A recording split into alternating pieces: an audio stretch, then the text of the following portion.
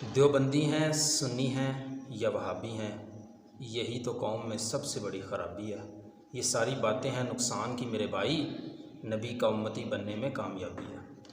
मेरे प्यारे मुसलमान भाइयों, इस्लाम हमें मुत्हिद रहने का पैगाम देता है। कुरान ने हमें मुत्हिद रहने का पैगाम दिया। आमना के लाल ने हमें इत्फाक़ से रहने का पैगाम दिया है और हमारे असलाफ़ ने हमें मुत्हिद रहने का पैगाम दिया है। अल्लामा इकबाल कहते हैं, मनफ़ात एक है इस कौम की, नुकसान भी एक ही नबी सल्लल्लाहु अलैहि वसल्लम, दीन भी एक, हरम पाक भी, अल्लाह भी, कुरान भी एक, कुछ बड़ी बात थी जो होते मुसलमान भी एक।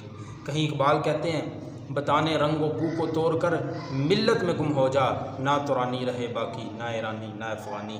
कहीं इकबाल कहते हैं, अपनी मिल्लत पर क़यास अक़वाम मगरब से न कर, ख़ास है तरकीब में कौम रसूल हाशमी, उनकी जमीयत का है मुल्क व नसब पर अनहसार, क़ुव्वत मज़हब से मुस्तहकिम है जमीयत तेरी।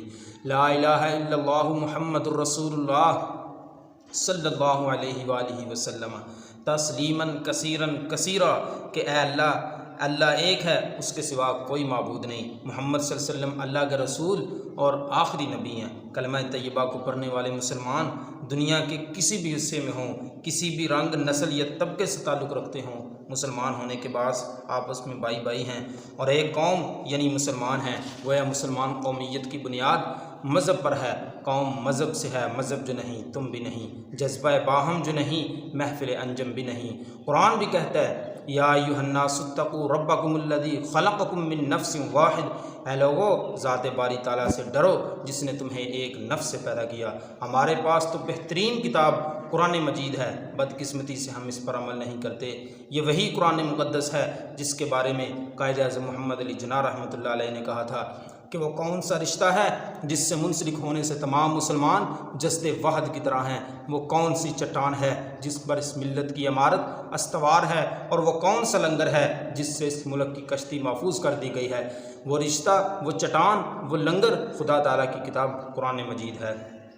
मुसलमानों, खुदा की कसम, अगर आज हम मुत्हिद होते तो स्वीडन कभी भी कुरान पाक की गुस्ताखी न करता। मैं इस मौका पर अपनी फ़ौज के आर्मी चीफ जनाब सैयद आसिम मुनीर साहब से ये कहता हूँ कि अगर इस्लाम की बुनियाद पर यह मुल्क पाया था तो फिर इस्लाम ही इसकी फ़कत बका की सूरत है। तेरे होते स्वीडन में अगर कुरान जलता है, हमें हाफिज़ नहीं चाहिए, मुहाफिज़ की ज़रूरत है। हमें हाफिज़ नहीं चाहिए, मुहाफिज़ की ज़रूरत है। अगर आज हम मुत्हिद होते तो आफ़िया सिद्दीकी कभी भी अमेरिकी जेल में न जाती। ख़ुद हुज़ूर पाक सल्लल्लाहु अलैहि वसल्लम उन्हें दिलासा देने के लिए जेल में चले गए तो आफ़िया सिद्दीकी ने कहा कि या रसूल अल्लाह, ये मेरा इम्तिहान है। तो हुज़ूर फरमाने लगे कि आफ़िया, ये तेरा इम्तिहान नहीं बल्कि ये पूरी उम्मत का इम्तिहान है। और उम्मत मुस्लिमा इस वक्त फ़िरक़ों में तकसीम है। तुम्हें उस दिन पता चलेगा जब मुल्क पाकिस्तान का हाल शाम, इराक़, बर्मा और कश्मीर जैसा हो जाएगा।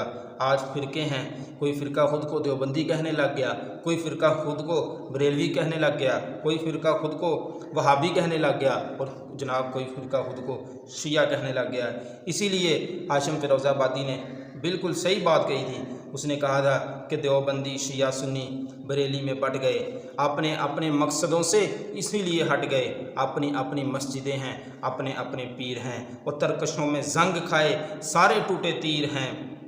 सैकड़ों खुदा हैं जिनके एक जगह खड़े हैं, और एक खुदा वाले सारे बिखरे हुए पड़े हैं। कौम को मैं आईना दिखाने आज आया हूँ, सोए हुए शेरों को जगाने आज आया हूँ, सोए हुए शेरों को जगाने आज आया हूँ। और फ़ौज की हज़ारों पे 72 कभी बारी थे, दुश्मनों के चेहरों पे तुम्हारे खौफ तारी थे।